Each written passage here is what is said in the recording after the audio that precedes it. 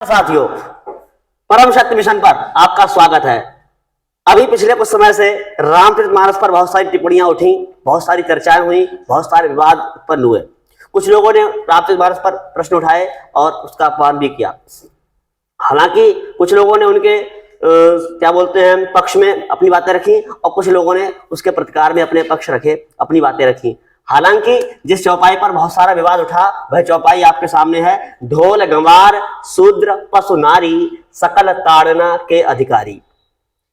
हम सब जानते हैं कि रामचरितमानस, श्री रामचरितमानस जो कि रचना जो की गई है वो श्रीमद गोस्वामी तुलसीदास जी के द्वारा की गई है। गोस्वामी तुलसीदास के बारे में यदि मैं आपको बता दूं तो इनका जन्म 1554 विक्रमी संवत में राजापुर नामक के ग्राम में हुआ था, जिसके बारे में कुछ कथन कहे गए हैं कि 1554 में से कालिंदी के तीर श्रावण शुक्ला सप्तमी तुलसी धर्यो शरीर। हालांकि जो है ये इसका विषय नहीं है। अब तुलसीदास से संबंधित मैं आपको बता दूं कि ये जाति से ब्राह्मण थे। तो यदि मैं यहाँ पर जाति की बात करूं तो आप ये कह सकते हैं कि इन्होंने ब्राह्मणों को ही ऊंचा बताया होगा और ऐसा यहाँ पर आपको लग भी सकता है। किंतु ब्राह्मणों को ऊंचा या नीचा बताने का इस पे कोई ऐसा जो है पक्ष नहीं दिखाई देता है। पक्ष दिखाई देता है इस बात का कि इन्होंने भक्त को सबसे ऊंचा बताया है कि भक्त जो भगवान का जो भक्त है वो सबसे ऊंचा है। हालांकि हम जिस चौपाई की चर्चा कर रहे हैं इसमें सबसे पहले जो आता है वो आता है ढोल। क्या आता है? ढोल और गंवार शूद्र पशु और नारी। इन 1 2 3 4 और 5 यानी 5 विषयों पर उन्होंने केवल एक ही शब्द के द्वारा बात रख दी है। 5 विषयों को एक ही शब्द के द्वारा स्पष्ट करने का प्रयास किया है। तमाम लोगों ने इस ताड़ना शब्द को क्या माना? मार पीट माना। क्या माना? कि ये मार पीट है कि भैया यहां पर तो ऐसा बताया गया है कि जो शूद्र है उसे तो मारना पीटना चाहिए। अब मेरी बात को आपको ध्यान में ये समझना होगा कि वे लोग इस शूद्र शब्द को समझते तो समझते क्या हैं। उनकी एक छोटी सी बुद्धि है। वे इस शूद्र शब्द को दलित वर्ग समझते हैं, जिसे आज दलित वर्ग कहा जाता है, हरिजन वर्ग कहा जाता है। या तो शास्त्रों का प्रमाण मानो। शास्त्रों के प्रमाण में वह व्यक्ति जो कर्म कांड करता है, शिक्षा लेता है और शिक्षा देता है, यज्ञ करता है और करवाता है, दान लेता है और दान देता है, वह ब्राह्मण वर्ग का है। जो राज्य करता है, न्याय व्यवस्था बनाता है, वह क्षत्रिय है। जो व्यापार करता है वह वैश्य है। और जो ऊपर के तीनों वर्गों की सहायता करता है, सेवकाई करता है, तीनों वर्गों की सुविधा का ख्याल रखता है, वह है शूद्र वृत्ति। इसका मतलब तुच्छ कभी नहीं है। इसे तुच्छ नहीं कह सकते आप।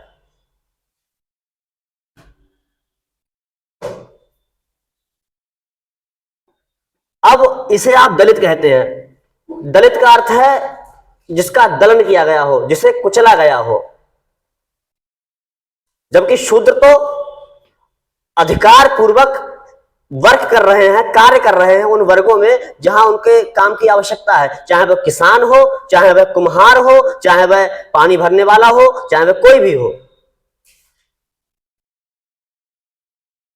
समय के साथ चीजें बदली। लोगों को वर्ण व्यवस्था के बजाय जन्म के आधार पर जाति मिलने लगी। जिन्हें हम वाल्मीकि ऋषि कहते हैं, पक्ष के आधार पर उन्हें आप यह मानते हैं, किंतु कर्मणा वह ब्राह्मण हुए। व्यास जी भी कर्मणा ब्राह्मण हुए। महर्षि विश्वामित्र जो क्षत्रिय थे, विश्वरथ नाम था, वो कर्मणा ब्राह्मण हुए। तो यहां पर शूद्र को तुच्छ समझना या जातिगत शब्द समझना बिल्कुल निरर्थक है, पहली बात।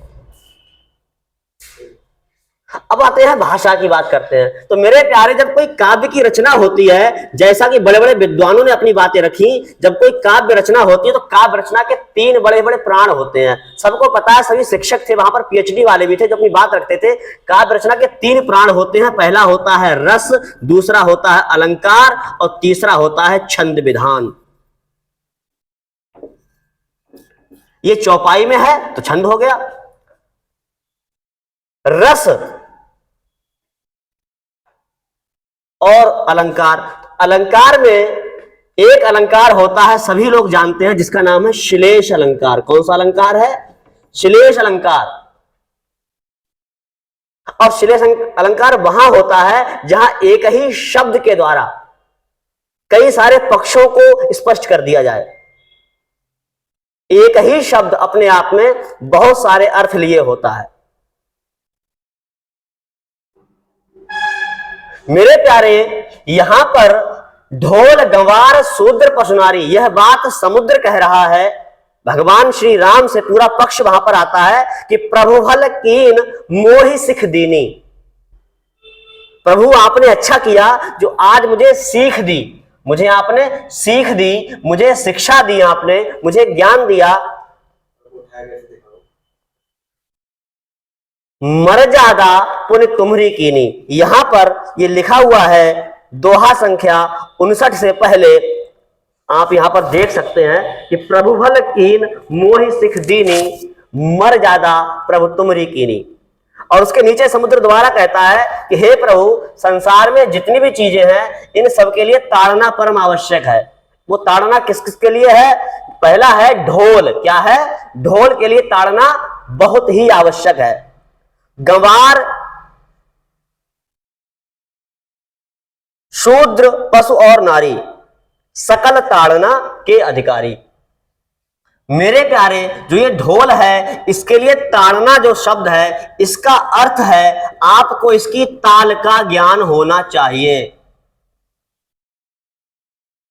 अगर आपको ढोल की ताल का ज्ञान नहीं होगा तो जो संगीत बजेगा, जो ध्वनि उत्पन्न होगी, वह नीरस होगी, कटु, और वह कर्ण के लिए अप्रिय होगी, कर्णप्रिय नहीं होगी। तो ढोल बजाने वाले को ताड़, उसकी ताल का ज्ञान होना चाहिए। यह इस ताड़ना का अर्थ ढोल के लिए है। दूसरा है गंवार शब्द का।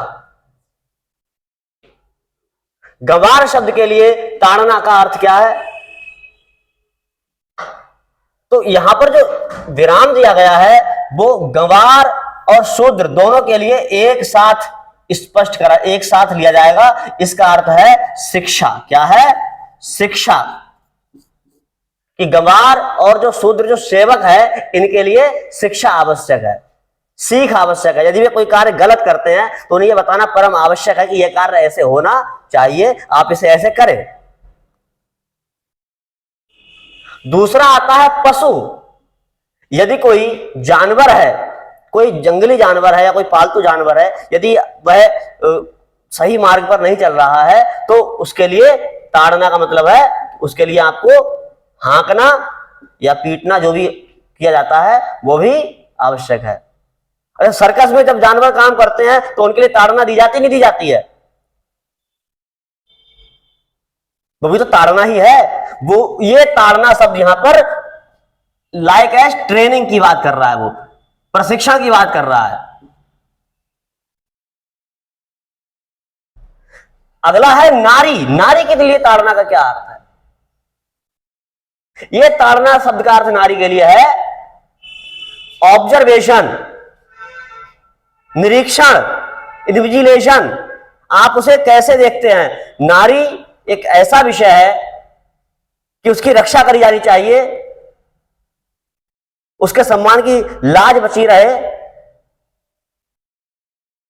उसका ख्याल रखा जाए। तो कोई नारी है, वह किस मार्ग पर चल रही है, उसका रास्ता कैसा है, उसे कोई कठिनाई तो नहीं है। इसको ताड़ा जाए का मतलब है कि उसको देखा जाए, उसका निरीक्षण किया जाए, उसको उस पर नजर रखी जाए कि ऐसा तो नहीं है कि कोई ऐसे मार्ग पर हो जिससे उसके पतन हो जाए। कि बहुत से जिन्हें सिर्फ अपने ढोल बजाने से मतलब है, वो कहेंगे इस का मतलब तो नारी को बंदिश में रखा जा रहा है। यहां पर नारी को बंदिश में रखने का तो मतलब ही नहीं है। इसका मतलब है नारी को रक्षा की दृष्टि से उस पर नजर रखी जाए, उसे कोई कष्ट तो नहीं है। ये सारी के सारी, ये जो ये सकल है, इस सकल शब्द का मतलब है कि ये सभी ताड़ना के अधिकारी हैं। मतलब इनका अधिकार बनता है कि हमें ये चीज प्राप्त हो, हमें शिक्षा प्राप्त हो, हमें सही तरीके से बजाया जाए। अगर मैं कुमार्ग पर चल रहा हूं, मैं पशु हूं, तो मुझे भी वेल ट्रेंड किया जाए। नारी भी चाहती है कि मुझे गलत मार्ग पर जाऊं तो मुझे बताया जाए ताकि मैं सही चल सकूं। ये इनका अधिकार है। ये मारपीट के अधिकारी नहीं है, ये इनका अधिकार है कि हमें शिक्षित किया जाए, हम पर नजर रखी जाए, हमें सही मार्ग पता लगे। किसी बात को कहने के कई तरीके होते हैं, उसे कहने से क्या होता है, उसका अर्थ बदल जाता है। बड़ा ही प्रसिद्ध चौपाई है, मैं यहां पर आपको लिख के बताता हूं, आपको ध्यान देना होगा।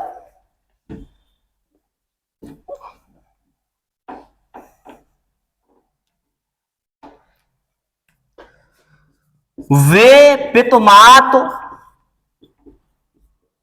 कहौ सखी कैसे, वे पितुमात कहौ सखी कैसे, जिन पठए बन बालक ऐसे। इस चौपाई का अर्थ लगाने के लिए यदि आपसे कहा जाए, आप क्या लगाएंगे? सामान्य व्यक्ति इसका अर्थ लगाएगा कि वे पिता और माता कैसे हैं जिन्होंने अपने ऐसे बच्चों को, ऐसे बालकों को वन भेज दिया, राम और लक्ष्मण को। किंतु वही दूसरा व्यक्ति लगाएगा कि उन माता पिता का हाल कैसा होगा जिन्होंने अपने इतने सुंदर बच्चों को जंगल भेज दिया, वनवास दे दिया, क्योंकि इन्हें अपनी नजरों से ओझल करने पर हमें पीड़ा हो रही है तो उन्हें कितनी पीड़ा होती होगी। और दूसरी सहेली क्या अर्थ लगा रही है, सखी से पूछ रही है कि वे माता पिता कितने कठोर हृदय होंगे जिन्होंने अपने बच्चों को जंगल भेज दिया, वन भेज दिया। तो सुनने से ही तो अर्थ पता लग रहा है, हमारी भावना बता रही है हमें इसका क्या अर्थ लेना है। आपको इस चौपाई का अर्थ जो लेना है आप ले सकते हैं, किंतु आपकी ये जिम्मेदारी बनती है, आपका नैतिक धर्म बनता है, यदि आपको चीनी चाय में पसंद नहीं है तो आप मत पीजिए, आप फीकी चाय पीजिए। यदि आपको धर्म रहित समाज चाहिए तो आप धर्म को मत मानिए, किंतु उनके लिए तो कष्ट मत दीजिए जो इसको मानते हैं। अगर रामचरितमानस की चौपाइयों से आपको रोटियां सेकने का मौका मिल रहा है तो आप सेकिए, किंतु ऐसी बात तो ना कीजिए जिससे दूसरों को कष्ट हो। कितनी जगहों पर तुलसीदास जी ने लिखा है कि मुझे अपना भक्त प्यारा है, निषाद को भाई कहा है, हनुमान को भाई कहा है, सब ईश्वर के अंश ही हैं वे। आप अगर उन्हें जाति के रूप में देखोगे तो ये आपकी छोटी सोच का परिणाम है, आप उसे छोटी सोच के लोग उसे देखेंगे। भगवान ने, श्री रामचंद्र जी ने जो भी कार्य किए वो समाज को एक ऐसी दिशा दिखाने के लिए किए, एक दिशा देने के लिए किए जिससे कि लोग एक नए मार्ग की ओर जा सके जहां पर बंधुत्व रहे, एकात्मकता का सूत्र बना रहे। राजधर्म के लिए अपने धर्म का त्याग किया। आप उसे छोटा समझते हैं, आप जैसे लोग ही इस बात को नहीं समझ पाएंगे। फिर रावण जैसा व्यक्ति, रावण जो है वो ब्रह्मा के मानस पुत्र, ब्रह्मा के पुत्र मतलब 7 उनके ऋषि जो उनके अंश से उत्पन्न उनके ऋषि हैं, उनमें ऋषि हुए पुलस्त्य, और पुलस्त ऋषि का जो है वो नाती है। रावण कौन है? पुलस्त ऋषि का नाती है, यानी ब्रह्मा का परनाती है, यानी ब्राह्मण वंश में उत्पन्न हुआ, ब्राह्मण है वह। उसका एक भाई कुबेर, जिसे धन का देवता कहा जाता है, उसकी यज्ञों में पूजा होती है, यज्ञ होते हैं उसमें उसकी पूजा होती है, दीपावली पे कुबेर की पूजा होती है, किंतु रावण की नहीं होती है। क्या किसी ब्राह्मण ने आज तक ऐसा कहा कि रावण की भी पूजा होनी चाहिए? क्योंकि जो बुरा है वह बुरा है, जो अच्छा है वह अच्छा है। रावण के वे कर्म सम्माननीय थे जब तक रावण भक्त था, किंतु रावण ने जो कर्म किए, रावण ने बाद में जो अपराध किए उसका उसके दंड मिला। आजकल के जो लोग रावण का महिमा मंडन कर रहे हैं, क्या उन्हें किसी भी तरीके से उचित ठहराया जा सकता है? नहीं ठहराया जा सकता है, क्योंकि रावण ने जो गलत किया वह गलत किया, और एक सच्चा व्यक्ति कभी इसका पक्षधर नहीं होगा। किसी भी कार्य के लिए आपका वंश जिम्मेदार नहीं होता है। वही कुबेर के साथ भी है। कुबेर को कोई बुरा नहीं कह सकता इस बात पर कि वह रावण का भाई है। आगे बढ़ते हैं। ये तो हुई रामचरितमानस में इस चौपाई की बात। इसके बाद अगर मैं बात करूं, एक और चौपाई है,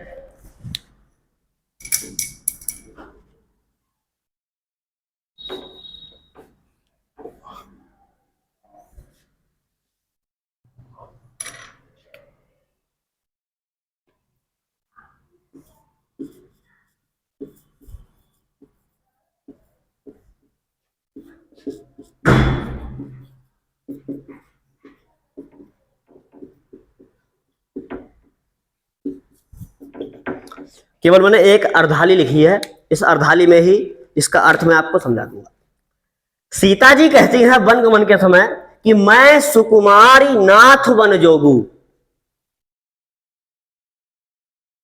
इसमें भी वही बात आती है कि सीता जी को ऐसा कहता हुआ सा लग रहा है कि हे स्वामी, मैं तो सुकुमारी हूं, लेकिन नाथ यानी कि आप बन के योग्य हैं, आप बन जाइए, मैं नहीं जाऊंगी।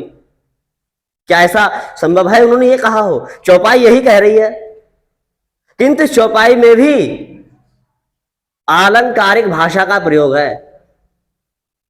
अलंकारिक भाषा में यह एक कटाक्ष है कि यदि मैं सुकुमारी हूं, आप मुझे सुकुमारी कह रहे हो, अगर आप मुझे कोमल कह रहे हो, तो क्या आप बन के योग्य हो? आप भी तो नीलांबुज श्यामल कोमलांगम है। कोमल तो आप भी हैं, नंगे पैर तो आप भी कभी नहीं चले हैं। किंतु किसी भी काव्य में हम उस पक्ष की जिक्र ही नहीं करते हैं, उसका तज़किरा ही नहीं करते हैं कि आखिर इसने कहा किस पक्ष में गया है।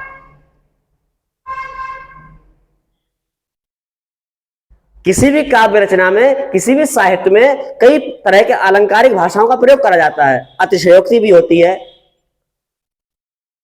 वीप्सा भी होती है, रूपक भी होते हैं, यमक अलंकार भी होता है, श्लेष भी होता है, काव्यलिंग भी होता है, हेतु हेतु मद भूत भी होता है।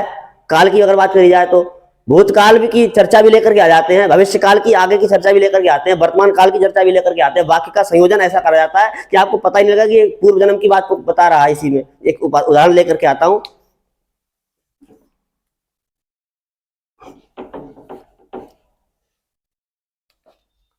देखत एक शैल कपि आगे, देखत एक शैल कपि आगे।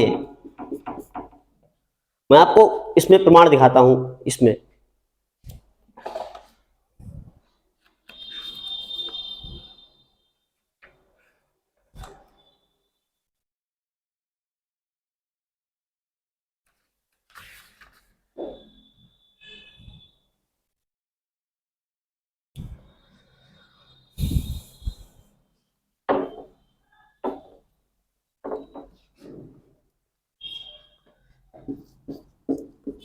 शैल विशाल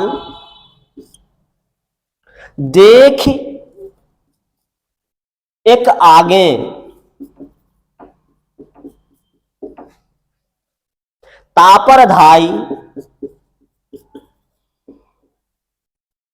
चढ़ेऊ भय त्यागे। अब इस चौपाई में मैं यदि आपसे बात करूं तो ये कहना चाह रही है कि शैल विशाल देखिए क्या आगे। हनुमान जी की चर्चा हो रही है यहां पर कि हनुमान जी ने एक विशाल पर्वत देखा आगे, विशाल पर्वत आगे देखा,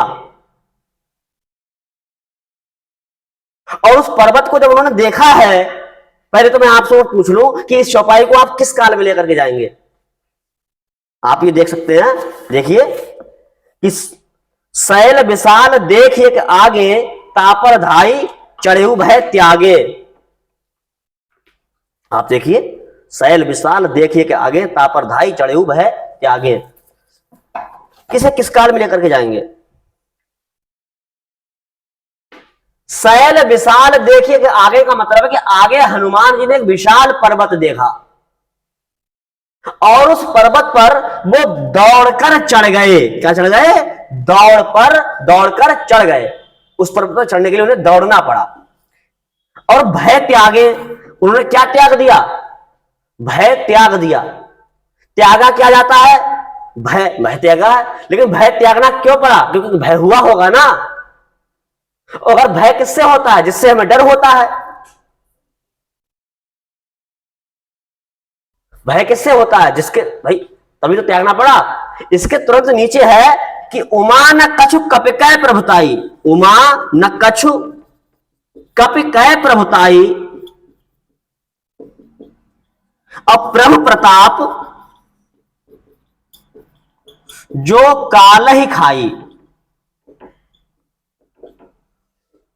यानी कि इस दोनों चौपाइयों में कोई इतिहास छिपा हुआ है जो तुम जैसे गूढ़ मगज वालों की समझ में नहीं आएगा। गोस्वामी जी ने इन्हीं दोनों चौपाइयों में कोई स्टोरी फिट कर दी है, कोई कहानी फिट कर दी है कि हे पार्वती जी, भगवान शिव कहते हैं कि उस पर्वत पर चढ़ने से पहले हनुमान जी को जब भय त्यागना पड़ा तो उस भय को त्यागने में और उस पहाड़ पर चढ़ने में हनुमान जी की कोई प्रभुता नहीं है, बल्कि प्रभु का प्रताप है जो उसने काल को भी खा लिया, जो काल को भी खा लेता है। ऐसे प्रभु की कृपा है कि जिस पर्वत पर हनुमान जी चढ़ नहीं सकते थे, कोई ऐसा विषय रहा होगा, किंतु भगवान की महिमा से वो चढ़ गए। तो वो कौन सा भय था, वो कौन सी प्रभुता थी, ये सारी की सारी इन दोनों चौपाइयों में छिपी हुई है। और मेरे प्यारे भाई, आपको यह समझना होगा कि ये सारी की सारी चौपाई, जितनी भी इसमें चौपाइयां दी गई हैं, ये सब अपने आप में पूरी की पूरी कहानियां समेटे हुए हैं। आप इन चौपाइयों के सूक्ष्म अर्थ पर चर्चा करके सिर्फ विवाद ही खड़ा कर सकते हैं, इसके अतिरिक्त और कुछ नहीं। हालांकि मैं रामचरितमानस का बहुत बड़ा ज्ञाता नहीं हूं, किंतु सामान्य हिंदी का अर्थ तो मैं समझ ही पा रहा हूं और वही मैं आपको बताने का प्रयास कर रहा हूं।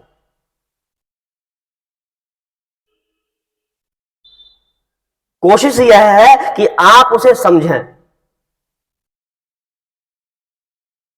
आप अगर हनुमान को ऐसा दिखाने के प्रयास करोगे कि उन्होंने तो नारी के साथ अत्याचार किया, उन्होंने तो उस राक्षसी को पैर पटक के जमीन में मार दिया, उसके भूसा मार दिया, अरे वो क्या, उन्हें आप क्या मानते हो कि वो, उन्हें आप देवी मानोगे जो कष्ट पहुंचा रही है सीता जी को? अत्याचारणी है वो,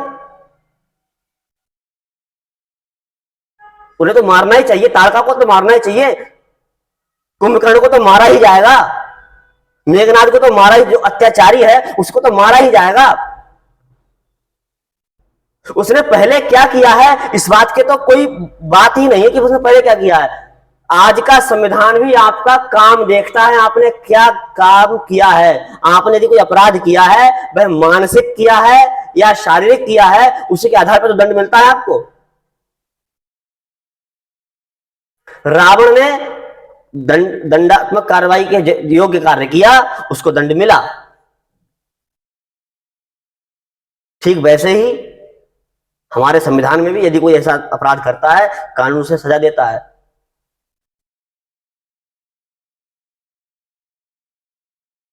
पता नहीं किस सोच के बने हुए हैं आप।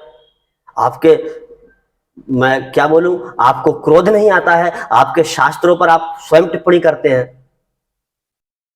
आप मत मानिए।